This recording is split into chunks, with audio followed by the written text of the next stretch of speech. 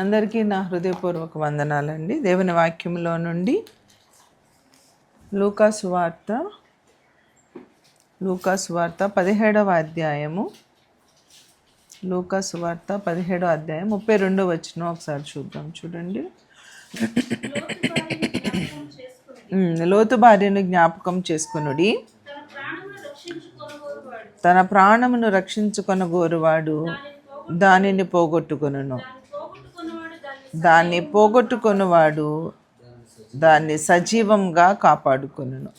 28వ వచనంలో చూస్తే, లోతు దినములలో జరిగినట్టు జరుగును. జనులు తినుచు త్రాగుచు కొనుచు అమ్ముచు నారు నాటుచు ఇండ్లు కట్టుకొనుచు ఉండిరి.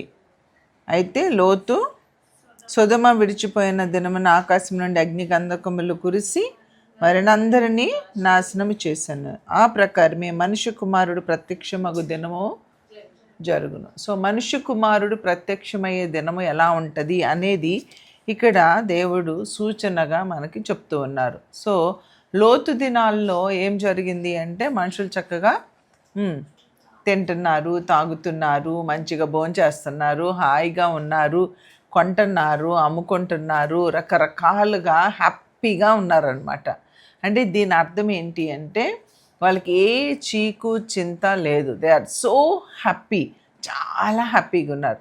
ఈ హ్యాపీగా ఉన్న ఈ సిచ్యువేషన్లో వాళ్ళకి ఒక వార్త వచ్చింది. ఏంటి ఆ వార్త అంటే, పైనుండి అగ్ని దిగి వస్తుంది, అది గంధకం వలె, అది ఏమైపోతుంది, అక్కడంతా మాడి మసైపోతుంది అని సొదొమ గొమొర్ర మనుషులకి దేవుని దూతలు వచ్చి చెప్పడం అనేది అక్కడ జరుగుతుంది. సో అట్లానే ఈ దినాలలో మన జీవితంలో కూడా మనందరం బాగున్నాం కదా, ఎన్ని తప్పులు చేస్తున్నారు, అవునా? తప్పులు చేస్తున్నారా, చేయట్లేదా?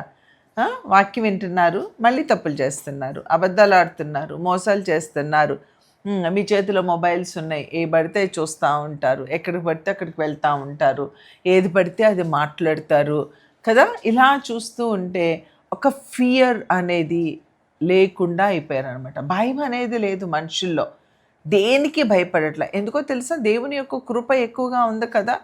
మీకు ఒక తప్పు చేయగానే వెంటనే శిక్ష రావడం లేదు కదా, తప్పు చేయగానే పనిష్మెంట్ అనేది లేదు కదా, తప్పు చేయగానే మీరందరూ రకరకాలైనటువంటి సిచ్యువేషన్స్ గుండా వెళ్ళట్లేదు కదా, అందుకనే భయం ఉండదు. దెబ్బ పడింది అనుకోండి, తప్పు చేయగానే చెంప దెబ్బ చల్లుమంది అనుకోండి చెంప, అప్పుడు ఏం చేస్తాము, సెకండ్ టైము మళ్ళీ అది రిపీట్ చేయం.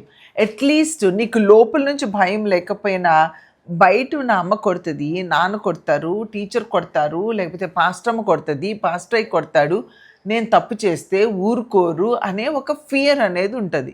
సో ఈ దినాలలో అపవాది మనకేం చేసిందో తెలుసా, ఫియర్ లేకుండా చేసేసింది.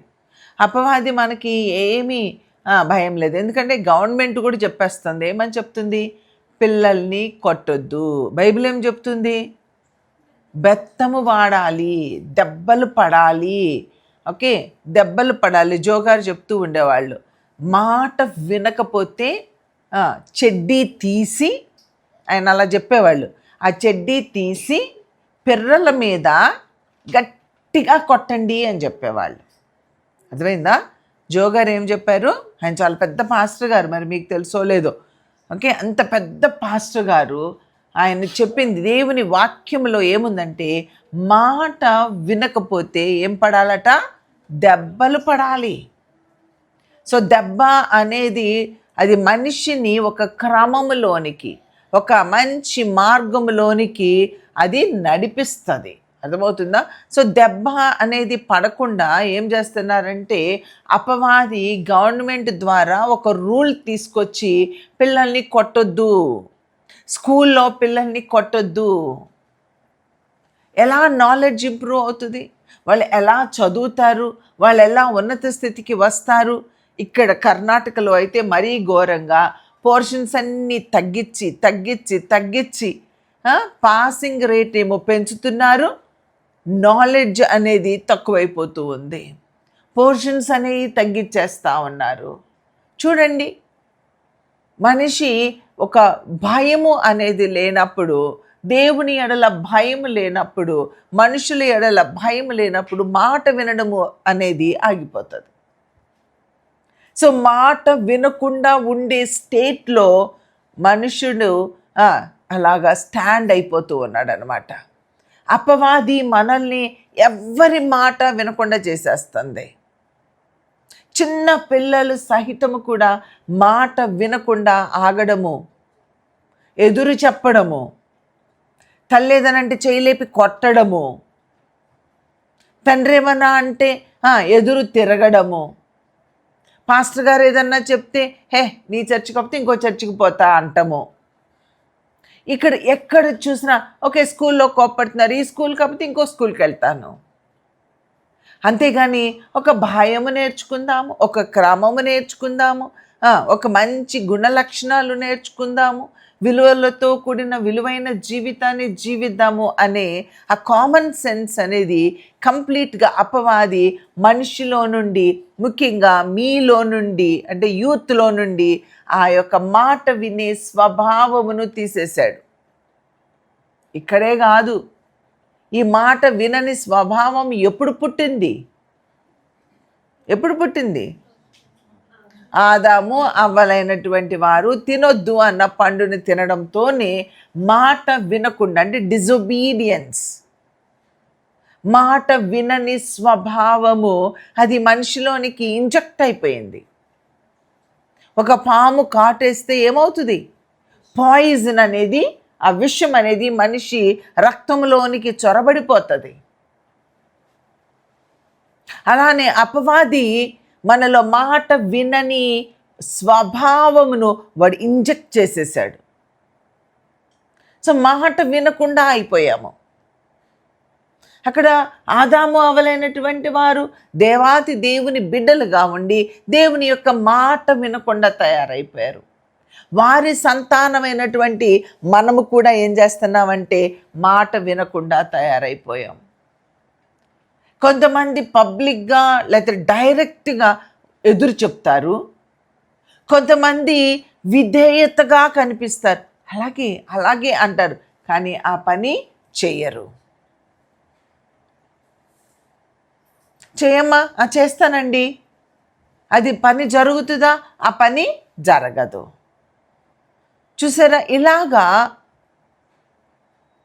లోపల ఒకటి బయటకు ఒకటి వేషధారణ జీవితం, లేదా పైకి ఒబీడియన్స్ అనేది కనిపిస్తుంది, కానీ అంతరంగంలో ఆ విధేయత అనేది లేదు. అవిధేయులుగా ఉంటారు. విధేయత చూపించలేని మనస్తత్వము. అలానే లోతు దినాల్లో కూడా మనం చూసినట్లయితే ఆ లోతు పరిస్థితుల్లో కూడా ఆ సొదొమ గొమొర్రాలో వాళ్ళు జీవిస్తూ ఉన్నప్పుడు మరి ఆ పట్టణము చూస్తే ఎంత వికెడ్ పీపుల్గా కనిపిస్తున్నారో, దేవునికి ఎంత కోపం వచ్చేసిందో. వాళ్ళ మాట, వాళ్ళ పరిస్థితులు, వాళ్ళ జీవిత విధానము, వారి ఆలోచన, వారు చేసే చెడ్డ క్రియలు ప్రభుకి అగ్ని కురిపించి కాల్చేయాలి అన్నంత కోపం తెప్పించేసినాయి. ఈ దినాలలో మనము కూడా మాట వినకుండా ఉంటే ఇమ్మీడియట్గా మనకి పనిష్మెంట్ దొరకట్లేదు, కానీ దేవుని హృదయం ఎంత రగిలిపోతూ ఉందో, దేవుని యొక్క హృదయము ఎంత బాధతో పిండివేయబడుతూ ఉందో.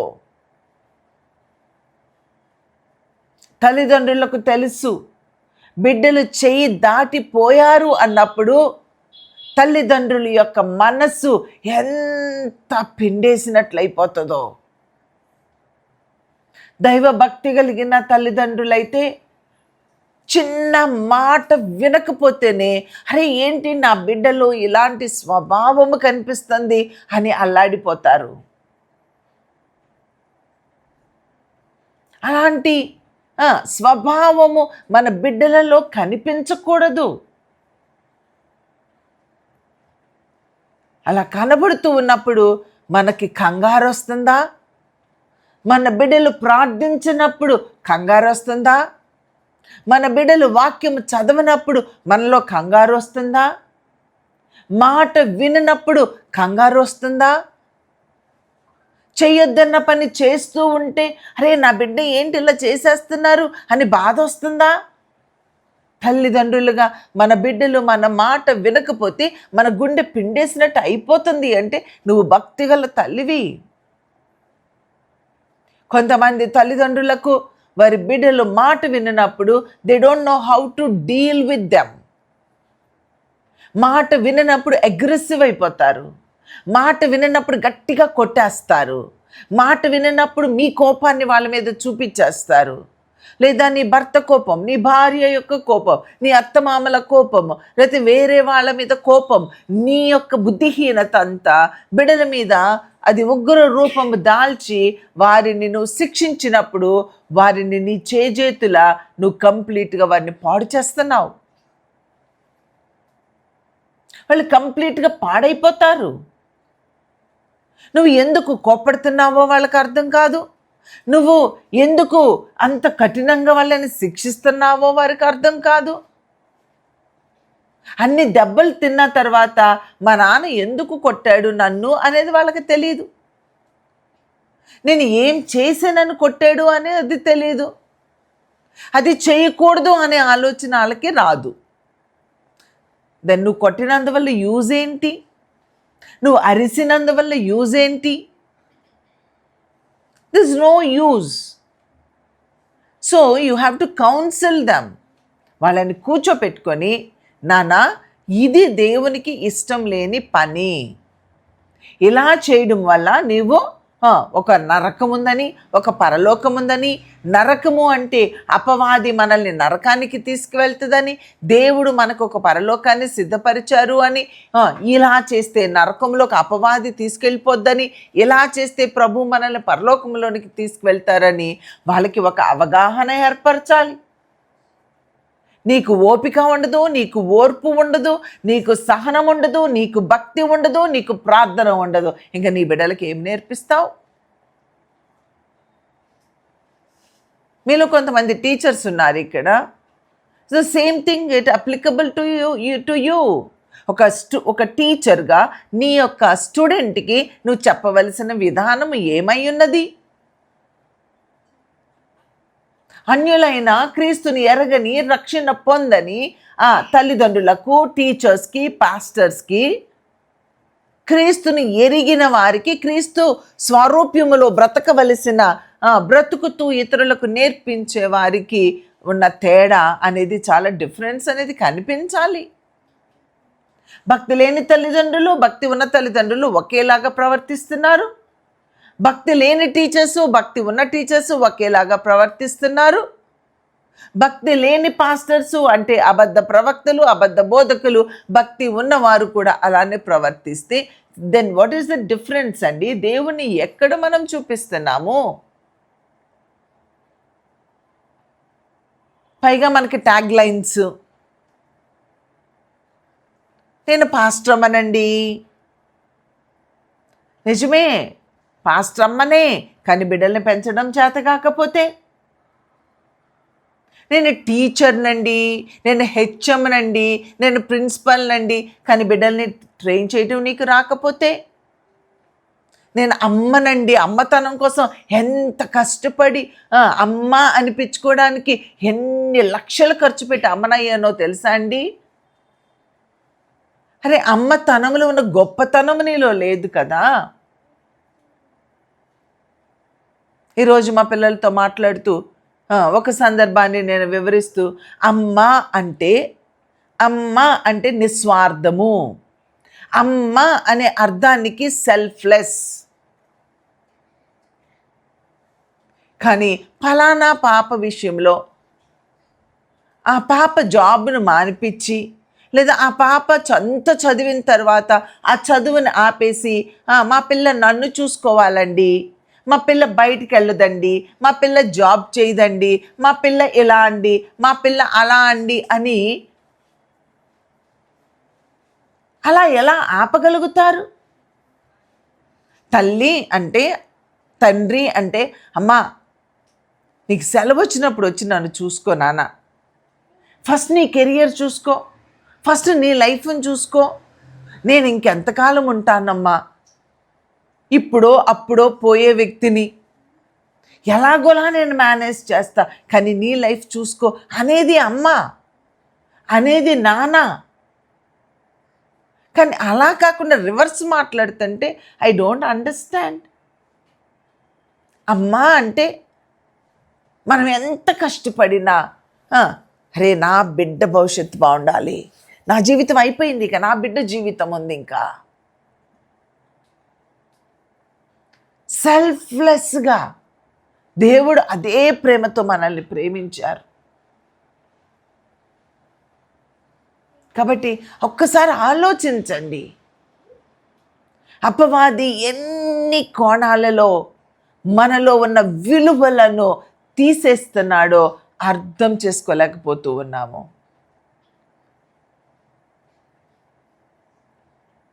ఇక్కడ ఈ సొదొమ పట్టణాన్ని మనం చూసినప్పుడు ఎంత క్రూయల్ పీపుల్, ఎలాంటి వికెడ్ పీపుల్, ఎలాంటి మూర్ఖత్వము కలిగినటువంటి మనుష్యులు, పాపపూరితమైన వ్యభిచారము, జారత్వము,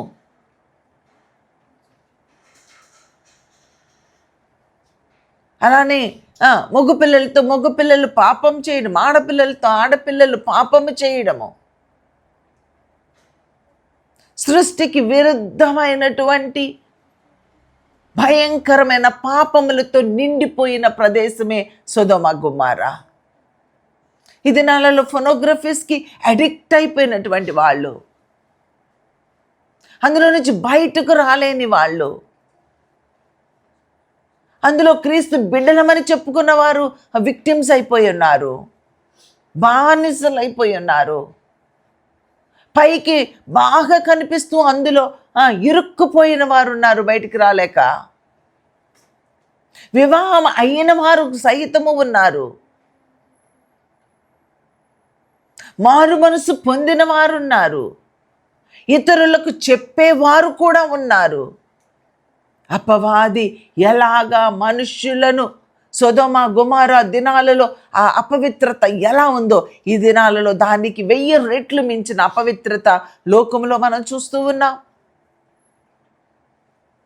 మానవత్వం, దైవత్వాన్ని ప్రక్కన పెట్టినా అసలు మానవత్వమే లేకుండా ఉంది సమాజం. మానవత్వంలో నుంచి దైవత్వంలోకి దాటవలసిన వారు దైవత్వము కలిగిన వారని చెప్పుకుంటూ మానవత్వము కూడా లేకుండా బ్రతుకుతూ ఉన్నారు అంటే సమాజం ఎక్కడికి పోతుందో ఆలోచించండి.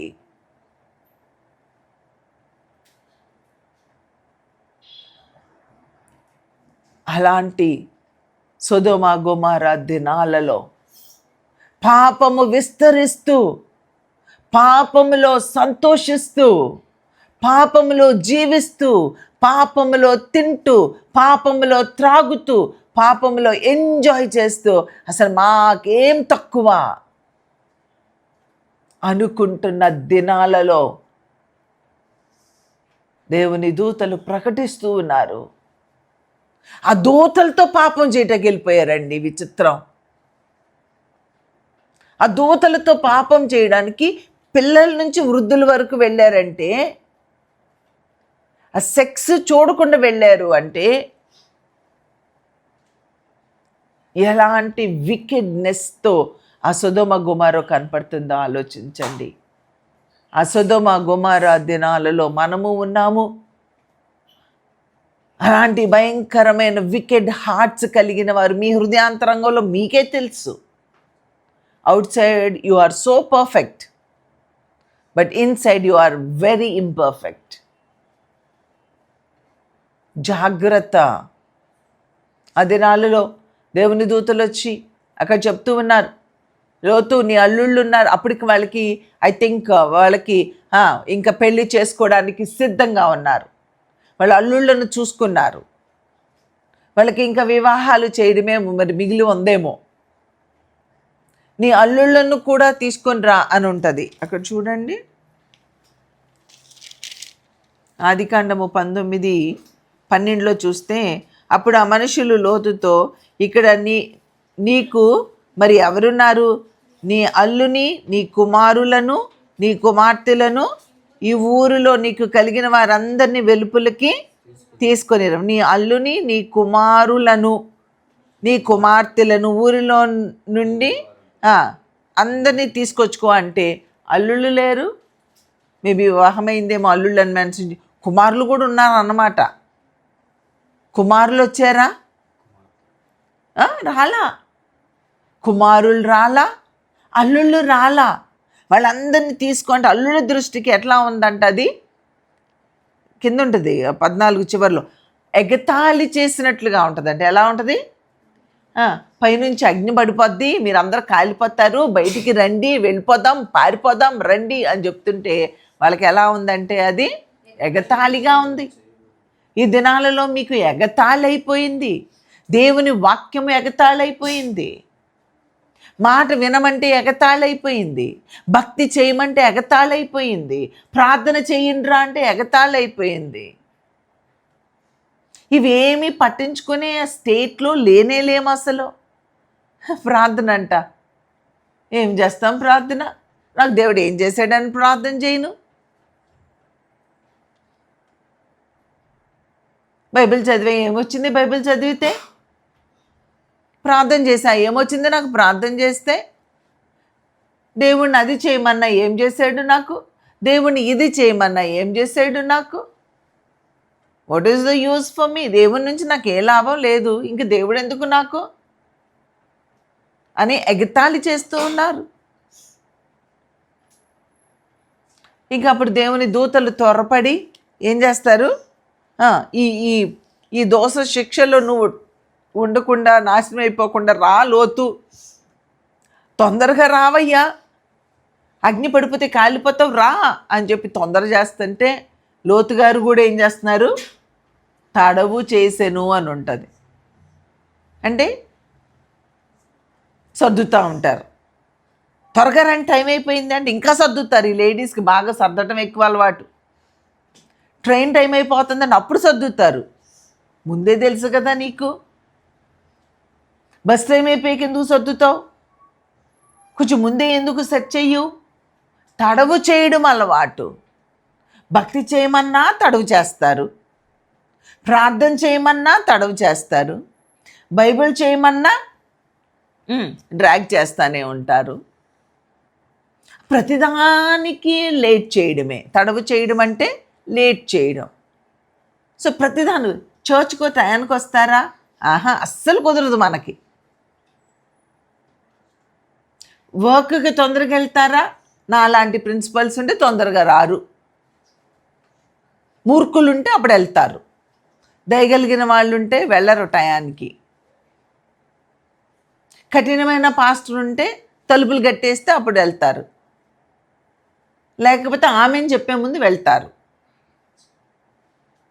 Late late late late late.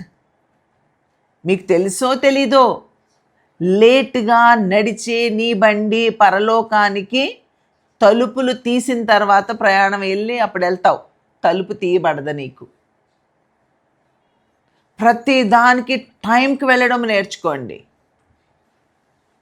Indian సిస్టమే టయానికి వెళ్ళదు. మనం మీటింగ్ పెడితే 4 గంటలకనే వేద్దామండి మీటింగు, వచ్చేటప్పటికి 6 అవుతుంది కదా అంటే ముందే ఫిక్స్ అయిపోతారు వీళ్ళు. పెట్టేవాళ్ళు ఫిక్స్ అయిపోతారు, వచ్చేవాళ్ళు ఫిక్స్ అయిపోతారు. నో, అది అన్యులకేమో, కానీ రక్షించబడిన నీకు నాకు కాదు. 10 అంటే 10, 4 అంటే 4, 6 అంటే 6. దీన్ని నీవు అలవరుచుకోకపోతే నీకు దేవుని రాజ్యంలో ప్రవేశం ఉండదండి. ద్వారాలు మూయబడతాయి. నేను ఒకసారి ఢిల్లీ నుండి వస్తూ ఉన్నాను. చాలా హెవీ ట్రాఫిక్ ఉంది. ఆ హెవీ ట్రాఫిక్లో మేము వెళ్ళేటప్పటికి 1 మినిట్ హడావిడిగా లగేజ్ పట్టుకుని డియో నేను వెళ్ళాము. బ్యాగ్ ఎత్తి చెక్ ఇన్కి వేస్తున్నా, టైం అయిపోయిందండి అన్నారు. టైం చూస్తే 1 minute కదా బాస్. నో వీ క్లోజ్డ్ అంటున్నారు. ఎంత బ్రతిమలాడేమో. కానీ they did not let us. వెళ్ళనివ్వలా. అన్ని టికెట్ డబ్బులు వేస్టే. పోనీ ఇమీడియట్గా ఏమైనా అరేంజ్ చేస్తారని పలానా చోటుకి వెళ్ళండి అన్నారు. అక్కడికి వెళ్ళి మాట్లాడుతుంటే ఆ చెవుడోళ్ళతో మాట్లాడినట్లుంది. బాబు ఏంటి మరి మా ఫ్లైట్ ఇలా మిస్ అయింది, వెంటనే ఏమన్నా ఉందా, దానికి ఏమన్నా అసైన్ చేస్తావా ఈ టికెట్ని, మాట్లాడట్లా. పోనీ నెక్స్ట్ ఫ్లైట్ ఎప్పుడుందో చెప్పు, మళ్ళీ టికెట్ ఏమన్నా కొనాలా, మాట్లాడట్లా. Almost 3 hours అనుకుంటండి. అసలు నాకైతే ఏదైనా వీడియో తీసి పెట్టేయాలనిపించింది వాళ్ళ బిహేవియర్. కానీ అంత తమాయించుకొని బాబు చెప్పు అని ఎంతమంది క్యూలో నిలబడి బ్రతుములాడుతున్నా సరే they don't respond. Same thing will happen for us. ఒక్క క్షణం లేట్ అయినా నిన్ను పరలోకపు ద్వారాలు మనకి తెరవండి. It's a lesson.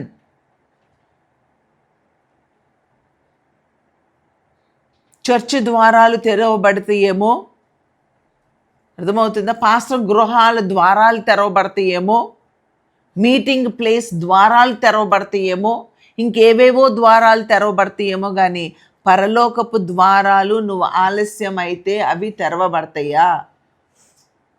ఆ బుద్ధి లేని కన్యకలు పోయి ఆ యొక్క తైలాన్ని తెచ్చుకునే టైం వారికి ఉందా? లేదు. సేమ్.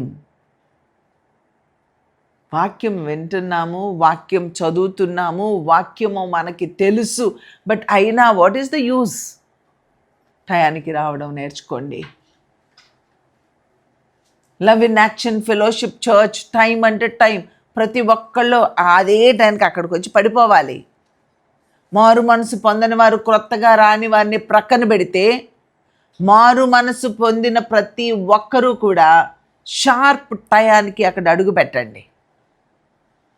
అవసరమైతే ఇంకొక 15 గంట ముందు వెళ్ళు, మోకరించి ప్రార్థించు, దేవుని యొక్క దయను పొందుకుంటావు. ఒక మీటింగ్, ఒక గృహ కూడిక, ఒక క్రిస్మస్ క్యారల్స్, టైం చెప్తే టైంకి రావడాన్ని అలవాటు చేసుకోండి. అట్లీస్ట్ ఆ 25 మంది చర్చిలో ఉంటే 25 మందిలో 100 టయానికి వెళ్ళు. జీవితంలో ఎప్పుడూ టైం మానేసి లేటుగా వెళ్లకుండా ఉండడం అలవాటు చేసుకో. ఇతరులకు కూడా చెప్తూ ఉండు.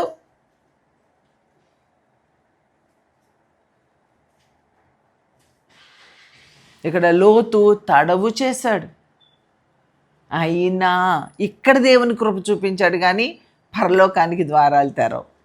అయినా దేవుడు కృప చూపించి వాళ్ళ చేతులు పట్టుకొని లాక్కొని ఈడ్చుకొని బయటకు తీసుకొచ్చారు. బట్ ఇక్కడున్న ఒకటి మీరు జ్ఞాపకం చేసుకోండి, లాక్కొని ఈడ్చుకొని రక్షించినందువల్ల లోతు భార్య రక్షించబడిందా? లోతు కుమార్తెలు సరైన బ్రతుకు బ్రతికారా? బలవంతంగా భక్తి చేయిస్తే, బలవంతంగా మిమ్మల్ని పాపంలో నుంచి రక్షించాలని లాక్కొని వెళ్తే దెర్ ఇస్ నో రిజల్ట్. దానివల్ల లాభము ఉండదు. ఇక్కడ వారికి లాభం లేదు. లోతు భార్య ఏం చేసింది? అక్కడ చెప్తాడు, నీవు ప్రాణము దక్కించుకున్నట్లు పారిపో, వెనక్కి చూడకు, ఈ మైదానంలో ఎక్కడా నిలవద్దు. పారిపో, వెనక్కి చూడకు, నిలవద్దు. లోకం చూస్తే పారిపో. యోసేపు పాపాన్ని చూసి పారిపోయాడు. నువ్వు పాపం చూస్తే పారిపోయే యవనస్తుడిగా, యవనస్తురాలుగా ఉన్నావా? మగపిల్లలకి దూరంగా పారిపోయే ఒక గర్ల్గా నువ్వు ఉన్నావా? ఒక ఆడపిల్లల్ని చూసి పారిపోయే వాళ్ళుగా ఉన్నారా? పారిపోయే వాళ్ళు చేతగాని వాళ్ళు.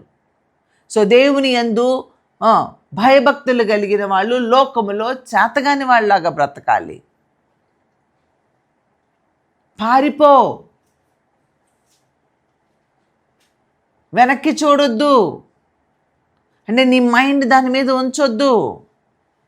లోకాన్ని ప్రేమించకు, లోకంతో ముడివేసుకోవద్దు, లోకంతో అటాచ్ అవ్వద్దు, లోకంలో ఉన్న వారితో ముడివేసుకోవద్దు. ఎవరైనా ఏదైనా ఎంత పరిస్థితి అయినా సరే విడచి పరిగెత్తడము, విడచి పారిపోవడము. ఇక్కడ లోతు మరి ఇక్కడ ప్రకారం చూస్తే అల్లుల్ని కొడుకుల్ని వదిలేసి వచ్చాడా రాలేదా? వచ్చాడు. అందుకే వాళ్ళు రాలా. అరే మీరు రాకపోతే నేను ఇక్కడే ఉంటానని లోతు నిలబడలా. మీరెవరినైనా దేవుని కొరకు వదిలివేసి వెనక్కి చూడకుండా వెళ్ళడము నేర్చుకోవాలి. అదే ఇక్కడ వాక్యం మనకి తేటగా చెప్తూ ఉంది. వెనక్కి చూడొద్దు, పారిపోండి, ఆగొద్దు అని దేవుని వాక్యం చెప్తుంది. ఇవన్నీ ఆత్మీయులు ఇవన్నీ నేర్చుకోవాలి. పాపమునకు దూరంగా పారిపోవడం నేర్చుకోవాలి, లోకమునకు దూరంగా పారిపోవడం నేర్చుకోవాలి. ఇన్స్ట్రక్షన్స్ ఇవ్వబడే వరకు it's okay, but once God is giving you instructions you have to leave everything. Leave your desires, leave your ఏమంటామంటే డిజైర్ అంటే మీ ఇష్టాలు, మీ ఇష్టాలను, మీ స్వచ్ఛత్తమును విడిచిపెట్టాలి. మీకు ఇష్టమైన దాన్ని ప్రక్కన పెట్టాలి, నీకు ఇష్టమైన వ్యక్తిని ప్రక్కన పెట్టాలి. నీ తల్లైనా ప్రక్కన పెట్టు, నీ యొక్క భార్య అయినా ప్రక్కన పెట్టు, మీ అమ్మ అయినా ప్రక్కన పెట్టు, నీ కుమార్తె అయినా ప్రక్కన పెట్టు, నీ కుమారుడైనా ప్రక్కన పెట్టు, నీ ఉద్యోగమైనా ప్రక్కన పెట్టు, నీ బంగారమైనా ప్రక్కన పెట్టు, నీ డబ్బు అయినా ప్రక్కన పెట్టు, నీ ఇల్లు అయినా ప్రక్కన పెట్టు, నీ కారు అయినా ప్రక్కన పెట్టు. ఏదైనా ప్రక్కన పెట్టడానికి నీ మనస్సు సిద్ధపడి ఉండాలి. వీళ్ళు వాటిని విడిచిపెట్టడం ఇష్టం లేక వాటితో ముడివేసుకున్నారు కాబట్టి ఆ అగ్ని గంధకములలో బూడిదైపోయారు, మసి అయిపోయారు. నోవహు దినాలలో జలప్రళయం వస్తుంది అంటే వాళ్ళు కూడా ముడిపెట్టుకున్నారు. లోకముతో ముడి, మనుషులతో ముడి, బంధాలతో ముడి వేసుకున్నారు. అంటై చేయలేనంత గట్టిగా కొన్నిసార్లు ముడి వేస్తే ఎలా ఉంటుందో తెలుసా? ఎలా ఉంటుంది? ఆ ముడి తీసి తీసి తీసి ఎంత ట్రై చేసినా అది రాదండి. కవర్ సేవ్, నేనైతే ఎన్నిసార్లు కవర్ సేవ్ చేద్దాము, ఎందుకు ఈ కవర్ని ఒక ట్రాష్ లాగా యూస్ చేసుకోవచ్చు, డస్ట్బిన్ లాగా యూస్ చేసుకోవచ్చు, ఈ కవర్ని ఎందుకు పాడేయడం అని చెప్పి ట్రై చేస్తూ ఉంటా, తీస్తూ ఉంటా, ఎంత తీసినా రాదు. ఇక చివరికి నువ్వు నైఫ్తో కోసేయాల్సిందే. అర్థమవుతుందా?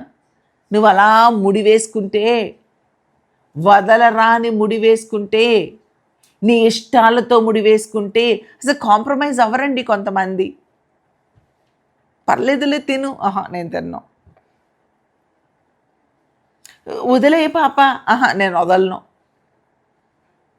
ఇలా చేయనానా, నేను చెయ్యను, నా వల్ల కాదు. It's okay, good, keep it up. అలానే ఉంచుకోండి. నరకానికి వెళ్ళొచ్చు. సైతానులు అలా నిలబడి రా అని పిలుస్తూ ఉంటారు అనమాట.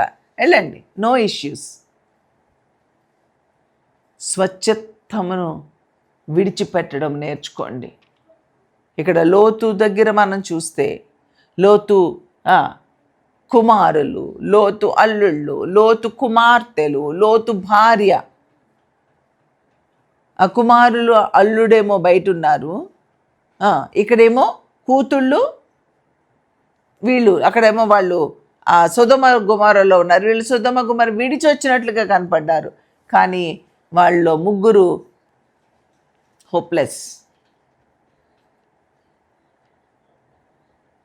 అలాంటి దీన స్థితికి మనము దిగజారకూడదు. నువ్వు దేంతో ఈ దినమున ముడివేసుకున్నావో నీకే తెలుసు, దేన్ని వదలలేకపోతున్నావో నీకే తెలుసు. దేవుని కొరకు ఏదైనా చేయగలిగే స్టేట్లోకి, ఆ యొక్క పొజిషన్లోకి మనం రావాలి. దేవుడంటే ప్రేమ ఉండాలి. దేవునికి మించినది ఏది మనకు ఉండకూడదు.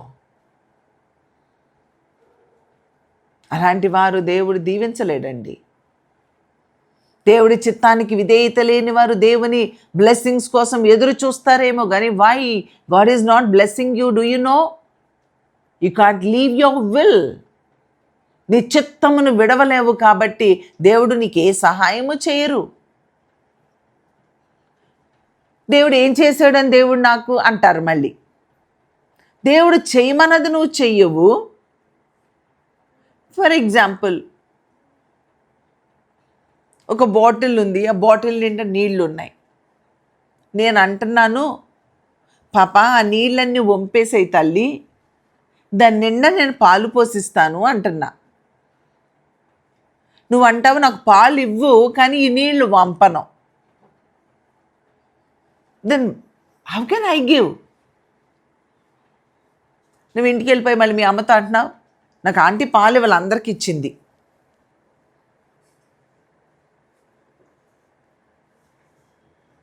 నింద ఎవరి మీద వేస్తున్నావు? ఆంటీ మీద వేస్తున్నావు. ఆంటీ ఇస్తానందా? ఇస్తానంది. మరి ఎందుకు నువ్వు తీసుకొని వెళ్ళలా? నీకు ఆ నీళ్లను వంపి నువ్వు పాలు తీసుకెళ్ళటం నీకు ఇష్టం లేదు కాబట్టి. నీకు పాలు కావాలని ఉంది కానీ నీళ్లు వంపనంటున్నావు. నీ దేవుని బ్లెస్సింగ్స్ కావాలి కానీ నువ్వు దేవుని చిత్తాన్ని, నీ చిత్తాన్ని వదలని అంటున్నావు. నీ చిత్తాన్ని వంపనప్పుడు గాడ్స్ బ్లెస్సింగ్స్ దేనిలో నింపుతారా? మళ్ళీ పైగా దేవునినే నిందిస్తున్నావు. Why can't you leave your will? Surrender yourself to God's will. దేవుని చిత్తానికి కంప్లీట్గా నువ్వేమవ్వాలి? సరెండర్ అవ్వాలి. నువ్వు దేవుని చిత్తానికి సరెండర్ అవ్వడం నీకు ఇష్టం ఉండదు. విడిచిపెట్టడం నీకు ఇష్టం ఉండదు. తగ్గించుకోవడం నీకు ఇష్టం ఉండదు. దిగి రావడం నీకు ఇష్టం ఉండదు. ఏది నీకు ఇష్టం ఉండదు. విడవడం నీకు ఇష్టం ఉండదు. పారిపోవడం నీకు ఇష్టం ఉండదు. అలాంటప్పుడు దేవుడు ఏమీ చేయలేడు. ఒకవేళ దేవుడు బలవంతంగా ఇక్కడి వరకు నిన్ను లాక్కొచ్చేయడేమో, రక్షణ పొందిన ఆ సొదొమ పాపములో నుండి రక్షణలోనికి వచ్చావేమో, కానీ రక్షణలోకి వచ్చి కూడా వెనక్కి తిరిగి చూసింది. సొదొమ అనే పాపముని విడిచి బయటకు వచ్చిన తర్వాత కూడా వెనక్కి చూసింది కాబట్టి లోతు భార్య ఏమైపోయింది? ఉప్పు స్తంభం అయిపోయింది. రక్షణ పొంది ఇంకా లోకం వైపు చూస్తున్నావా? పాపములో నుండి సొదొమ గుమరా నుండి బయటకు వచ్చాను అనుకుంటున్నాను. It's good. మారు మనసు పొందావు. సొదొమ గుమరాల నుంచి బయటకు వచ్చావు అంటే మారు మనసు పొందావు, బాగానే ఉన్నావు. కానీ లోకమును విడవాలి. నీ మనసు ఇంకా అక్కడే ఉంది. మనిషివి బయట ఉన్నావు కానీ మనసు ఇక్కడే ఉంది. లోతు భార్య ఇక్కడే ఉంది కానీ మనస్సు ఇక్కడుంది. Body is absent but mind is present here. అందుకని ఆమె ఏమైపోయింది? ఉప్పు స్తంభం అయిపోయింది.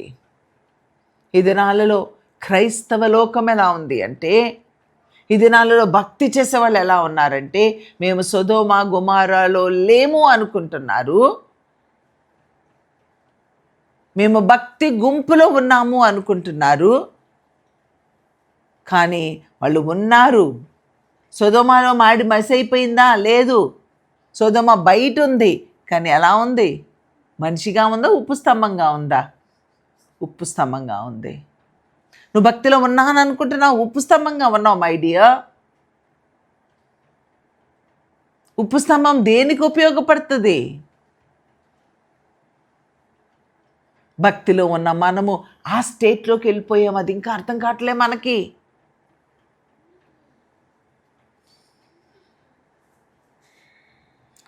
వీళ్ళు అనుకుంటున్నారు థర్డ్ స్టెప్. ఫస్ట్ స్టెప్ సొదొమ గుమరా నాశనం అయిపోయారు పాపంలో ఉన్నవాళ్ళు. సెకండ్ స్టెప్ సొదొమలో లేరు, బయట ఉంది పాపం. ఎవరు? లోతు భార్య. ఆమె ఉప్పు స్తంభం అయిపోయింది. ఈ లోతు పిల్లలు అనుకుంటున్నారు మేము మా అమ్మ దగ్గర లేము, వెనక్కి తిరిగి చూడలేదు, మేము వచ్చేసాము. దేవుడు ఒక చోటకి వెళ్ళమంటే వీళ్ళు ఇంకో చోటకి వెళ్తానన్నారు పాపం. పోన్లే పోండి అక్కడికి, అది అది కాల్చంలో వెళ్ళండి అన్నాడు. అంటే ఇక్కడే తెలిసిపోతుంది, మాట వినే స్వభావం లేదు. అలా కాదు ప్రభా, అలా కాదు ప్రభా, ఇలా చేయి ప్రభా, అలాగూ కాదు ప్రభా, అక్కడ దాకా వెళ్ళలేను ప్రభా, ఇక్కడికి వెళ్తానులే, ఇజ్జాలే బద్ధకం, ఇక్కడికి వెళ్తాను ప్రభా అని. నేను అక్కడికి వెళ్ళమని, అది నాకు నచ్చలా, నేను ఇక్కడే ఉంటా. నువ్వు అక్కడికి వెళ్ళి దేవుని అక్కడ వద్దు, నేను ఇక్కడున్నా భక్తిగానే ఉంటాగా ప్రభా. అదేగా మనం అనేది. నూజివీళ్ళు అయ్యగారి దగ్గర ఉంటేనే భక్తి వచ్చుద్దా? రుతక్క దగ్గర ఉంటేనే వస్తుందా? పలానా పాస్టర్ దగ్గర ఉంటే వచ్చింది. మా ఇంట్లో కూడా భక్తి ఉంది, అక్కడ కూడా గుడి ఉంది, అక్కడికి వెళ్తా, భక్తి చేస్తా. దేవుడు అక్కడికి వెళ్ళమంటే నేను ఇక్కడ ఉంటానంటే సరే. దేవుడు పాపం అక్కడ కూడా ఛాన్స్ ఇచ్చాడు. సరే ఉండండి అన్నాడు. ఉన్నారా? కుదురుగున్నారా? సొదొమలో లేరు. ఉప్పు స్తంభం బయట ఉండి ఉప్పు స్తంభం అవ్వలా అంటే ఒక స్టెప్ ఇంకెక్కడి వరకు వచ్చారు. ఎక్కడి వరకు వచ్చిన తర్వాత ఏం జరుగుతుంది?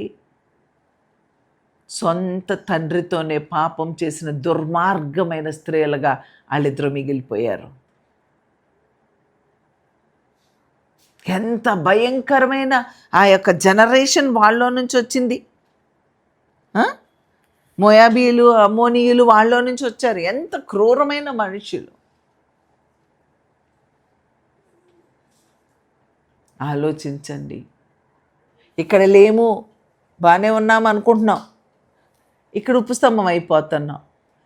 నేను ఉప్పు స్తంభం కూడా అవలే, ఇక్కడున్నాను అనుకుంటావు, కానీ ఘోరమైన పాపంలో, దుష్టత్వంలోనే నువ్వు ఉన్నావు. రక్షించబడ్డాను అనుకుంటున్నా మనము ఏ స్టేట్లో ఉన్నాము, ఏ స్థితిలో ఉన్నాము? ఈ లోతు భార్య అలాగా మనము ఉండకూడదు అని ఇక్కడ మనకి వాక్యం తేటగా చెప్తూ ఉంది కదా. లోతు భార్యను జ్ఞాపకము చేసుకొనుడి అంటున్నారు లూకాల్లో కదా, 17:32. లోతు భార్యను జ్ఞాపకం చేసుకొనుడి. లోతు భార్య లోకంలో ఉన్న వాటిని రక్షించుకోవాలనుకుంది, అందుకని తన పోగొట్టుకుంది. తన ప్రాణము రక్షించుకొనుగొనివాడు దానిని ప్రాణాన్ని రక్షించుకోవాలనుకుంది. ప్రాణం లోకం మీద ఉంది, ప్రాణం కొరకు బ్రతకాలనుకుంది, దాన్ని పోగొట్టుకుంది.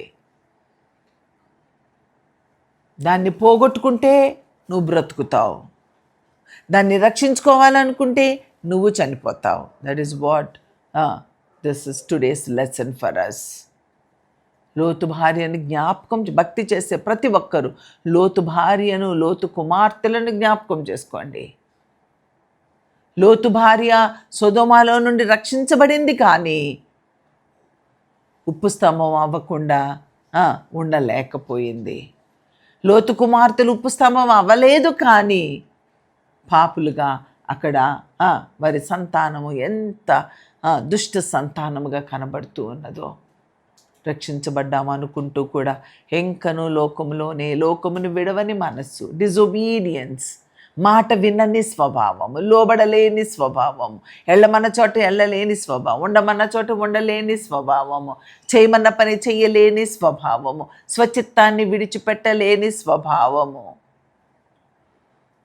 మనల్ని ఉప్పు స్తంభాలుగా మార్చేస్తుంది. లోతు కుమార్తెల వలె చెయ్యరాని కార్యములు, భ్రష్టమైన కార్యాలు చేయడానికి దేవుడు మనల్ని అప్పగించేశాడు. పశ్చాత్తాపడినట్లయితే, మొరపెట్టినట్లయితే, కన్నీరు కార్చినట్లయితే ఈ ఉగ్రత నుంచి మనం తప్పించుకోగలుగుతాం. నీవు తప్పించుకోగలుగుతావు. కాబట్టి అట్టి ఉగ్రత నుండి తప్పించుకోవాలని నువ్వు ఆశపడితే, నేను సొదొమలో లేనని సంతోషపడబాకు. ఉప్పు స్తంభంగా మిగిలిపోయావు. డిజొబీడియన్. నీ మనిషి ఎక్కడున్నావు, కానీ మనసు అక్కడున్నప్పుడు ఉప్పు స్తంభం అయిపోతావు. దేనితో ముడివేసుకున్నావో, దేనితో నీ బంధాలను స్థిరపరచుకున్నావో, ఎక్కడ నీ స్వచిత్తమును విడవలేని వ్యక్తిగా ఉన్నావో, ఎక్కడ దేవుని చిత్తానికి సమర్పించుకోలేని వ్యక్తిగా ఉన్నావో,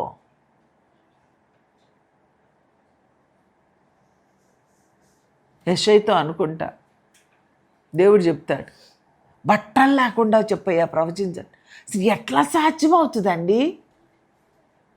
నేను చెప్పే వరకు ఒక పక్కనే పడుకో, నువ్వు అక్కడి నుంచి లెగను కూడా లేకొద్దు.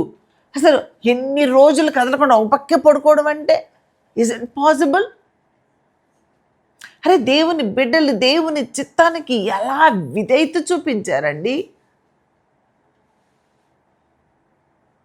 అరే you can't do little things for God. భక్తులైనటువంటి వారు ఏది చెప్తే అది చేశారు. అసలు అది ఎట్లా బట్టలు మొత్తం తీసేసి నెకెట్గా తిరుగు అంటే హౌ ఇట్ ఈస్ పాసిబుల్? అలాంటి పరిస్థితుల్లోకి మనం చెప్పలేదే. మనము విడవలసినవి చిన్న చిన్నవే, కానీ అవి చిన్నవే మనకి ఒక గుది బండలాగా మనల్ని అడుగును ముంచి వేస్తున్నాయి, పాపములో లోకములో ముంచి ప్రభువు నుండి దూరం చేస్తున్నాయి అని అర్థం చేసుకొని అవి వేటితో నీ బంధాలను స్థిరపరచుకున్నావో, వేటితో నీవు ముడివేసుకున్నావో, ఏ స్వచిత్తముతో ముడివేసుకున్నావో, ఏ స్వచిత్తాన్ని విడవలేకపోతున్నావో దయచేసి ఎప్పటికైనా ఇంకొక దేవుడు లోతు భార్యకు ఒక అవకాశం ఇచ్చారు. But she did not utilize that opportunity. Today God is giving us opportunity. ఒక అవకాశాన్ని మనకిస్తున్నారు. ఈ అవకాశాన్ని ఉపయోగించుకొని నువ్వు పశ్చాత్తాపడితే దేవుడు నీకేం చేస్తాడు? విడుదల ఇస్తాడు. లేకపోతే నువ్వు కూడా ఆ లోతు భార్యలాగా ఉప్పు స్తంభం అయిపోతావు. దేవుడు అవకాశం ఇవ్వట్లేదా? లోతు భార్యకి ఇచ్చాడు. తన అల్లుళ్ళకి ఇవ్వలేదా? ఇచ్చాడు. కుమారులకి ఇవ్వలేదా? ఇచ్చాడు. లోతుకి ఇవ్వలేదా? లోతు బిడ్డలకి ఇవ్వలేదా? అందరికీ అవకాశం ఇచ్చారు. ఎట్ ది ఎండ్ లోతు ఒక్కడే నీతిమంతుడిగా నిలబడగలిగినాడు. Please try to understand the truth. పాత నిబంధనలో ఎక్కడో స్టోరీ తీసుకొచ్చి మళ్ళీ క్రొత్త నిబంధనలో ఇది మెన్షన్ చేసి లోతు భార్యను జ్ఞాపకం చేసుకోండి. ఇదొక సాదృశ్యము మనకి కనిపిస్తుంది, దృశ్యాంతంగా ఉంది మన కోసం. రిమెంబర్, ఆమెలాగా ఎక్కడ వెనక్కి చూస్తున్నావో, ఎక్కడ ధనాన్ని పట్టుకున్నావో, ఎక్కడ పేరును పట్టుకున్నావో, ఎక్కడ ప్రఖ్యాతిని పట్టుకున్నావో, ఎక్కడ గొప్పను పట్టుకున్నావో, ఎక్కడ ఏ ఇంటిని పట్టుకున్నావో, ఏ కారును పట్టుకున్నావో, ఏ ఉద్యోగాన్ని పట్టుకున్నావో, ఏ మనిషిని పట్టుకున్నావో, ఏ రోతను పట్టుకున్నావో నాకు తెలియదు. కానీ ప్రియ చెల్లి, ప్రియ తమ్ముడు, కెన్ యూ లీవ్? దయచేసి వదులుతావా? పశ్చాత్తాపడతావా? ఉప్పు స్తంభం అవ్వకుండా మిగలగలుగుతావా? చిన్న ప్రార్థన చేసుకుందాం. దయచేసి తలలు వంచి, దేవుడు మనకి ఎన్నో అవకాశాలు ఇచ్చారు. ఈ అవకాశాలను మనం సద్వినియోగం చేసుకోకపోతే, లోతు భార్యకు అవకాశం ఇచ్చారు కానీ లోతు భార్య ఆ అవకాశాన్ని సద్వినియోగం చేసుకోనందువల్ల తను ఉప్పు స్తంభం అయిపోయింది.